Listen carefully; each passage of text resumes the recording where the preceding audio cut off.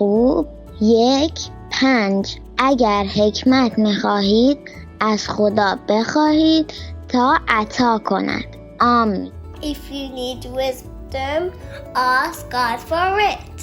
یعقوب 1:5 اگه حکمت میخواهی از خدا بخواه تا عطا کند.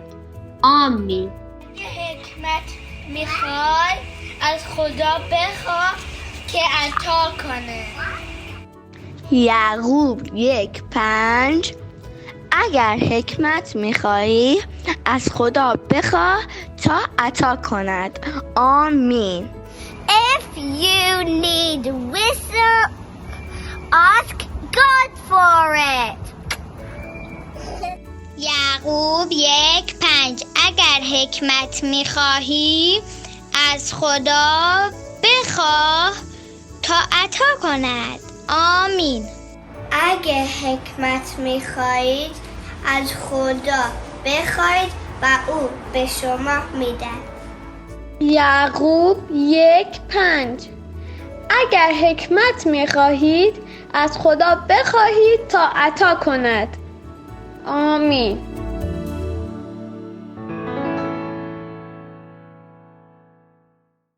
سلام بچه ها، خوبین؟ بچه ها، حیوان مورد علاقتون چیه؟ چه حیوانی رو بیشتر از همه دوست دارین؟ مال منو حد زدین؟ آره، من خرگوش دوست دارم. بچه ها، من امروز یه سوال جدیدی برای زریبری دارم. چرا من باید اطاعت کنم؟ میدونین اطاعت یعنی چی؟ زریبری، میدونی اطاعت یعنی چی؟ سلام خاله پگا. سلام بچه ها. خاله پگا، من حیوان مورد علاقم خب معلومه دیگه. زرافت دیگه. در ضمن بله من میدونم اطاعت یعنی چی. اطاعت یعنی خاله مرزا، اطاعت یعنی چی؟ بچه ها، زریبری، اطاعت یعنی وقتی به حرف مامان بابامون گوش میدیم و کارایی که اونا میگن رو انجام میدیم. داستان امروز در مورد اینه که ما چطوری اطاعت کنیم. میریم با هم داستان امروز رو ببینیم. بله بریم من میخوام یاد بگیرم. خاله بگو شما بیا. به نظر من اطاعت بحث فلسفیه. آماده اید بریم سفر کلام؟ 1 2 3 پاشو بریم دست هم رو بگیریم. 1 2 3 آماده ایم بریم با هم به سفر. خدا حقیقت هست، دوستم میداره، کلام او زنده است، به من راه و یاد میده. بیا بریم سفر، آیات یاد بگیریم، دعا کنیم نزد خدا، دست هم رو بگیریم، دست هم رو بگیریم. 1 2 3. یکی بود ولی تنها نبود. کلام خدا بیکار نبود. زمین پر از آدمایی شده بود که گناه می‌کردن. اینقدری که خدا از آفرینش اونا متاسف شده بود. پس خدا تصمیم گرفت تا طوفانی بفرسته و همه اونا رو از زمین پاک کنه. مردی به اسم نوح بود که خدا رو خیلی دوست داشت. نوح مثل بقیه نبود و از خدا اطاعت میکرد. خدا هم تصمیم گرفت که نوح و خانواده‌اش رو از طوفان نجات بده. پس به نوح درباره طوفان گفت.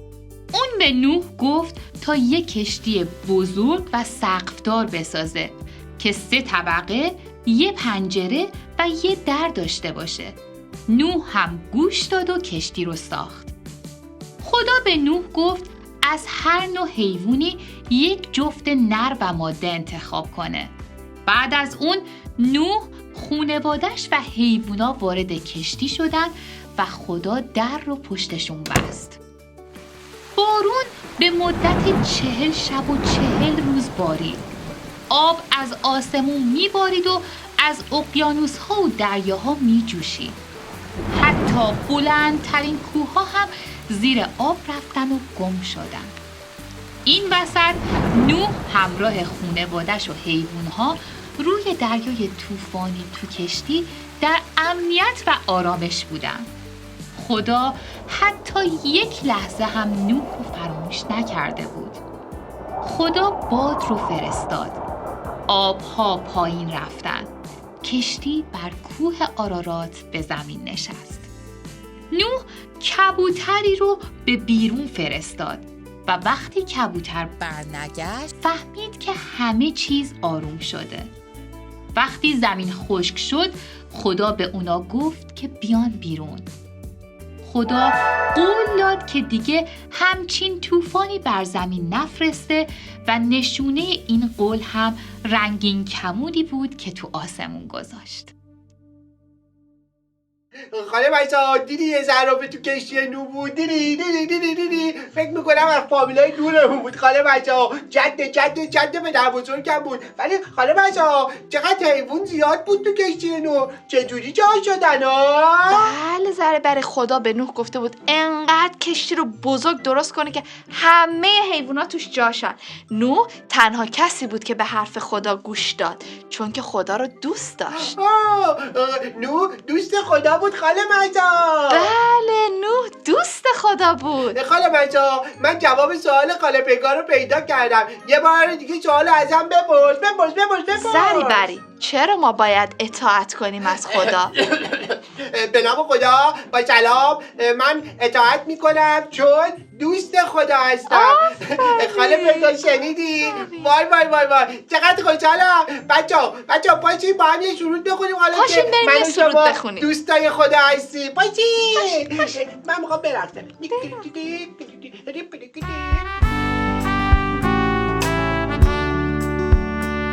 دانها خانه روی صخره کرد بنا، دانها خانه روی صخره کرد بنا، دانها خانه روی صخره کرد بنا و باران بسیار بارید، باران بارید و سیلاب شد، باران بارید و سیلاب شد، باران بارید و سیلاب شد و خانه اش ماند برقرار.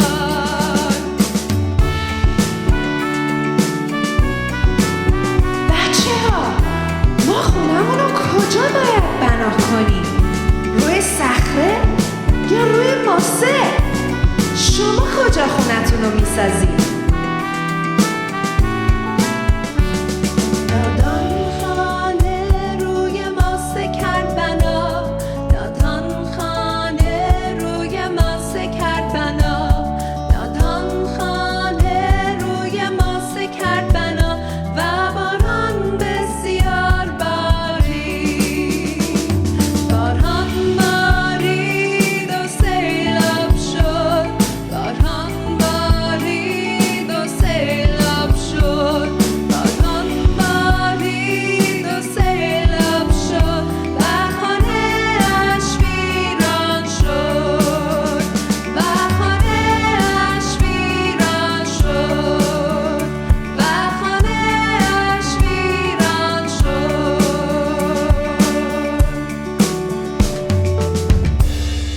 آفرین زری بری، ما اطاعت میکنیم چون دوستای خدا هستیم و به حرفش گوش میدیم. بچه ها وقتی بارون میاد ما چی استفاده میکنیم؟ آفرین چتر استفاده میکنیم. خدا هم برای ما مثل چتر میمونه. وقتی اطاعت میکنیم مثل این میمونه که زیر چتر خدا وایسادیم و خدا از ما مواظبت میکنه. آیه این هفته به یادمون میاره که اطاعت کنیم. آماده این با هم تکرار کنیم؟ افسوسیان 6:1 بچه های خداوند از والدینتون اطاعت کنید. Ephesians 6:1 Children of God, obey your parents. کیمیا جان سلام، میتونی این آیه رو بر ما بگی لطفاً؟ بله خاله. سلام بچه ها. افسوسیان 6:1. بچه های خداوند، از والدینتون اطاعت کنید. آفرین بچه ها، بیاین دعا کنیم که خدا کمکمون کنه که اطاعت کنیم. دستامون رو هم میاریم و چشامون رو میبندیم. خداوندا مرسی که به من والدین دادی. لطفاً کمکم کن که از والدینم اطاعت کنم. به نام عیسی مسیح دعا میکنم. آمین. آمین آمین آمین. پس بچه ها یادمون باشه که این هفته اطاعت از والدین رو خوب تمرین کنیم. تا دفعه بعد خداحافظ بچه ها. بچه ها یادتون نره آیتون رو برای ما بفرستید دیگه